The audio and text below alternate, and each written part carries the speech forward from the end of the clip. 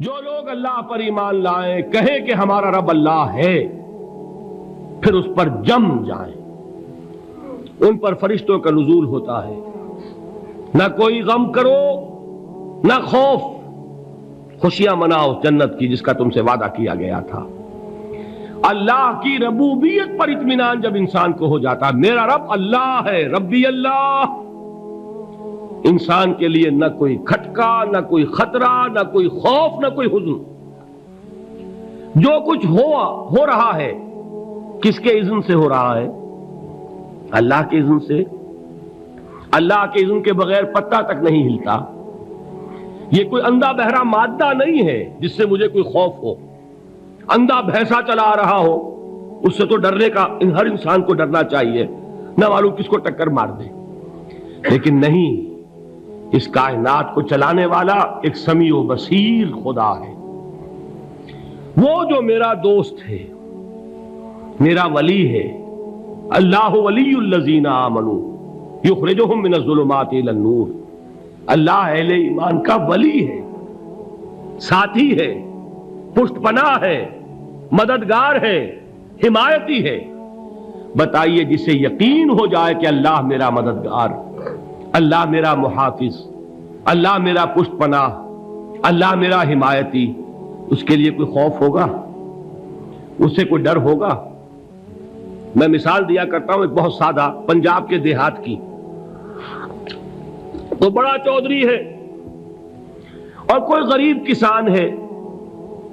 اس غریب کسان کے جانوروں کو ہر وقت اندیشہ ہوگا چوری کا، کوئی میری بھینس کھول کر نہ لے جائے، کوئی میرا بیل کھول کر نہ لے جائے۔ لیکن جس کے بارے میں یہ سب کو معلوم ہو کہ وہ جو بڑا چودھری ہے وہ اس کا دوست ہے، اس کی بچیا کو کوئی خوف ہوگا؟ اس کی بھینس پر کوئی ہاتھ ڈالے گا؟ اسے کوئی اندیشہ ہوگا؟ نہیں۔ کیوں؟ کہ وہ بڑا چودھری، بڑا اس کا یہاں کا سردار، جاگیردار، سب کو معلوم ہے وہ میرا دوست ہے، کوئی میرے خلاف اقدام نہیں کر سکتا۔ اس دنیا میں یہ چھوٹی سی بات اگر آپ کے دلی اطمینان اور سکون کا باعث بن سکتی ہے تو ذرا تصور کیجئے۔ میں لفظ تصور استعمال کروں گا صرف اس لیے کہ اس کا ہم جس کو کہتے ہیں ادراک اور شعور کر نہیں سکتے، اگر کے ساتھ کر سکتے۔ اگر یقین ہو کہ اللہ میرا مددگار اور یقین ہو کہ اللہ ہر آن میرے ساتھ ہے، پھر کوئی خوف، کس کا خوف؟ کوئی شے اللہ سے بالاتر ہے؟ کوئی قوت اس سے زیادہ طاقتور ہے؟ کوئی اس کے ارادے کو بدلنے والا ہے؟ کوئی اس کی مشیت کے آڑے آنے والا ہے؟ یہی بات ہے جو حضور نے فرمائی۔ یہ ایمان کا حاصل ہے لب لباب، کہ دیکھو اچھی طرح اس بات کو ذہن نشین کر لو، اگر تمام انسان مل کر تمہیں کوئی نقصان پہنچانا چاہے نہیں پہنچا سکتے، مگر جو کچھ اللہ نے لکھ دیا ہو، اور تمام انسان مل کر تمہیں کوئی نفع پہنچانا چاہیں نہیں پہنچا سکتے، مگر وہ شے جو اللہ نے طے کر دی ہو۔ آپ پھر میں کہوں گا ذرا طاری کیجئے، اسے فرض کیجئے، اسے سوچئے۔ اگر اس حدیث پر ہمارا دل ٹھکا ہوا ہو تو کسی سے ڈر ہوگا؟ یہ مجھے نقصان نہ پہنچا دے، یہ میری رپورٹ خراب نہ کر دے، یہ میری انکریمنٹ نہ رکوا دے، یہ میرا یہ نہ بگاڑ دے، یہ میرا یہ نقصان نہ پہنچا دے۔ اس کا ڈر، اس کا ڈر، اس کا خوف، اس کی خوشامد، اس کے لیے جا کر طرح طرح سے اپنی عزت نفس کو ذلیل کروانا اس کے سامنے، یہ سب کچھ کیوں کرتا ہے انسان؟ جب سمجھتا ہے کہ اس کے ہاتھ میں میرا کوئی نفع ہے، اس کے ہاتھ میں میرے لیے کوئی ضرر ہے، یہ مجھے کوئی گزن پہنچا سکتا ہے، یہ مجھے کوئی نقصان پہنچا سکتا ہے، یہ میرا کوئی کام بنا سکتا ہے، یہ میری کوئی ضرورت پوری کر سکتا ہے، اسی کا نام شرک ہے۔ جہاں آپ نے یہ سمجھا کہ غیر اللہ کے اندر کوئی طاقت موجود ہے، وہی شرک ہے۔ بتوں سے تجھ کو امیدیں، خدا سے نو امیدی، مجھے بتا تو صحیح اور کافری کیا ہے؟ شرک تو یہ ہے۔ جس پر بھی تمہیں یہ خیال ہے، کلمہ ہے یہ کلمہ سوم، لا حول ولا قوت الا باللہ، ذرا اس پر دل کو کبھی اگر آپ تصور کریں، پھر فرض کریں، دل ٹھک جائے اس پر، کوئی طاقت نہیں۔ یہی بات تھی جو شیخ عبد القادر جیلانی رحمۃ اللہ علیہ نے اپنی وصیت میں اپنے بچے سے کہی. 11ویں دینے والے ہیں، لیکن حضرت شیخ عبد القادر جیلانی کی وصیت اور تعلیمات کو کتنے لوگ ہیں کہ جانتے ہو؟ یہ جن مقامات تک پہنچے ہیں وہ کس چیز کی بدولت پہنچے؟ انہوں نے جو پیغام دیا وہ کیا تھا؟ اے میرے بچے، جس طریقے سے قرآن مجید میں حضرت لقمان کی نصیحتیں جو ہے نقل کر دی گئی ہیں، میں یہ عرض کروں گا بالفرض اگر قرآن حضرت عبد القادر جیلانی کے بعد نازل ہوا ہوتا تو شیخ عبد القادر کی یہ نصیحتیں بھی قرآن میں درج ہوتی. اتنی اونچی نصیحتیں ہیں. اے میرے بچے، اس حقیقت کو ذہن نشین کر لے، لا فاعل فی الحقیقت ولا مؤثر الا اللہ. اس کائنات میں نہ کوئی فاعل حقیقی ہے نہ مؤثر حقیقی ہے سوائے اللہ کے. کسی شے میں کوئی تاثیر نہیں اگر اللہ نہ چاہے. آگ جلا نہیں سکتی اگر اللہ نہ چاہے. پانی ڈبو نہیں سکتا اگر اللہ نہ چاہے. زہر ہلاک نہیں کر سکتا اگر اللہ نہ چاہے. کوئی چیز فائدہ نہیں پہنچا سکتی اگر اللہ نہ چاہے. تو در در پہ کیوں سر جھکاتے ہو؟ در در پر کیوں جبیں سائی کرتے ہو؟ سب کے سامنے کیوں ہاتھ پھیلاتے ہو؟ ایک اللہ سے مانگو. ایک اللہ کے سامنے زمین پر اپنی جبین رکھو. لا فاعل فی الحقیقت ولا مؤثر الا اللہ. نظر آتا ہے ہمیں کہ پانی پیاس بجھا دیتا ہے. پیاس بجھانے کی صلاحیت پانی میں نہیں ہے، اللہ کے اذن سے. کھانا بھوک مٹا دیتا ہے. بھوک مٹانے کی صلاحیت کھانے میں نہیں ہے، اذن رب میں ہے. دیکھیے یہی یقین تھا. حضرت موسیٰ علیہ السلام کا واقعہ یاد کیجئے. سامنے سمندر آ گیا ہے. قوم دیکھتی ہے پیچھے کہ گرد و غبار کا طوفان ہے.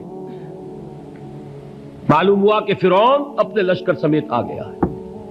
لشکر جب چلتا تھا تیز رفتاری کے ساتھ تو گرد و غبار کا جو طوفان اٹھتا تھا اس کا تصور کیجیے. اور لمحہ بلمحہ وہ قریب آ رہا ہے. پوری قوم نے کیا کہا؟ اے موسیٰ انا لمدرکون. اے موسیٰ ہم کو پکڑے گئے.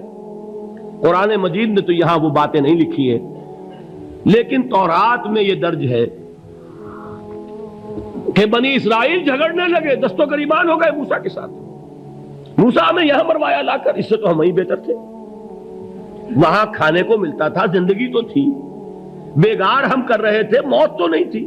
اب جو کچھ ہوگا اس کا تصور کرو، جس طریقے سے ہمارے ٹکڑے اڑائے جائیں گے. تو لڑ رہے ہیں حضرت موسیٰ علیہ السلام سے. یہ تورات کی تفصیل ہے. قرآن میں صرف اتنا آیا ہے، پریشان ہو کر انہوں نے کہا انا لمدرکون. موسیٰ ہم تو پکڑے گئے. اس وقت موسیٰ کا جواب کیا ہے؟ کلا ان معی ربی سیہدین. نہیں، میرے ساتھ میرا رب ہے، وہ راستہ دے گا. بتائیے کہاں راستہ نظر آ رہا ہے؟ یہ ہے ایمان بالغیب. راستہ نظر نہ آئے تب اللہ پر یقین ایمان ہے.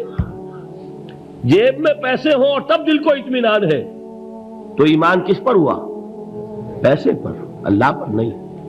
جب وسائل و ذرائع نہ ہو اور پھر یقین ہو کہ اللہ مسبب الاسباب ہے، وہ اسباب کا پابند نہیں ہے، وہ اسباب کا محتاج نہیں ہے، اسباب اس کے محتاج ہیں.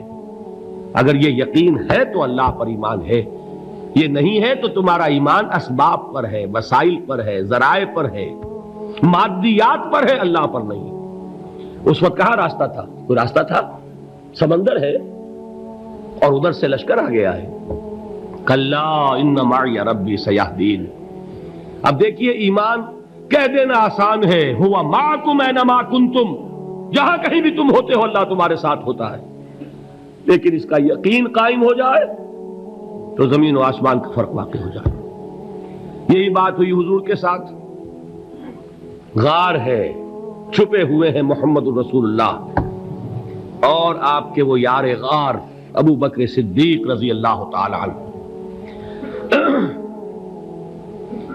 اقبال نے حضرت ابو بکر کی شان میں چند اشعار کہے صرف، لیکن واقعہ یہ ہے کہ بھاری بھاری نظموں پر اور قصیدوں پر بھاری ہے. طویل ترین نظمیں اور قصیدے ہوں ان پر بھاری ہے. ہمتیں ابو بکر کی ہمت جو ہے کشت ملت را چو ابر، جیسے بارش سے کھیتی اپجتی ہے، ابو بکر کی ہمت اور عزیمت اس امت کو اسی طرح سینچنے والی ہے۔ ثانیے اسلام و غار و بدر و قبر، وہ دوسرے تھے اسلام میں، دوسرے پہلے کون تھے؟ انا اول المومنین، حضور فرماتے ہیں سب سے پہلا ایمان لانے والا میں، دوسرے ابو بکر۔ ویسے ہمارے ہاں یہ چلتا ہے اختلاف، حضرت علی پہلے ہیں کہ حضرت ابو بکر پہلے ہیں، لیکن اس میں بڑی خوبصورت تطبیق قائم کی ہے علماء نے، اور بہت صحیح ہے۔ چار کے بارے میں فیصلہ ہی مت کرو کہ کون پہلے ہے، ان کی ایک عجیب تقسیم کر دی ہے۔ آزاد مردوں میں، بالغ مردوں میں سب سے پہلے ابو بکر، بچوں میں سب سے پہلے علی، خواتین میں سب سے پہلے خدیجہ، اور غلاموں میں سب سے پہلے زید ابن حارثہ۔ بڑی پیاری تقسیم ہے، یہ چاروں ہی پہلے ہیں، ہر ایک کے لیے اولیت ہے۔ اور واقعہ یہ ہے کہ اگر زمانی اعتبار سے تعین ہوگا تو پہلے خدیجۃ الکبریٰ آئیں گی رضی اللہ تعالی عنہ، کسی اور سے بات کرنے کی نوبت بعد میں آ سکتی ہے، پہلے تو اہلیہ محترمہ سے بات ہوئی، آتے ہی پہلی وحی ہوئی ہے، ابھی تبلیغ کا حکم نہیں تھا، کس کو بتایا واقعہ؟ ابھی اپنی نبوت کی تبلیغ کا تو حکم ہی نہیں آیا، واقعہ کس کا ہے؟ وہ خدیجہ کا ہے۔ جب کہا ہے کہ خشیت علی نفسی، مجھے اپنی جان کا اندیشہ ہے، تو کیا جواب دیا خدیجہ نے رضی اللہ تعالی عنہا؟ وہ صدیقۃ الکبریٰ ہے، صدیقات جو ہے خواتین ان میں چوٹی پر خدیجۃ الکبریٰ ہے رضی اللہ تعالی عنہا، اور صدیق جو مرد ہیں ان میں صدیق اکبر ہے ابو بکر صدیق رضی اللہ تعالی عنہ، لیکن صدیقات میں چوٹی پر۔ جب حضور نے فرمایا خشیت علی نفسی، کیا فرمایا؟ کیا عرض کیا؟ کیسے تسلی دی؟ نہیں نہیں، اللہ آپ کو ضائع نہیں کرے گا، آپ غریبوں کے ہمدرد ہیں، آپ مساکین کے تکالیف رفع کرنے والے ہیں، آپ بیواؤں کی سرپرستی کرتے ہیں، آپ مسافروں کی خدمت کرتے ہیں، اللہ آپ کو ضائع نہیں کرے گا۔ یہ یقین ہے اس خاتون کے اندر۔ خیر وہ ایک علیحدہ بات ہو جائے گی۔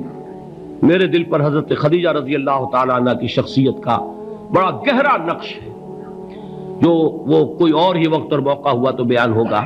بہرحال اقبال نے ایک مصرے میں جو چار اولیتیں جمع کر دی ہیں، ہمتیں او کشت امت را چو ابر، ثانی اسلام و غار و بدر و قبر۔ اسلام میں حضور کے بعد پہلے کون؟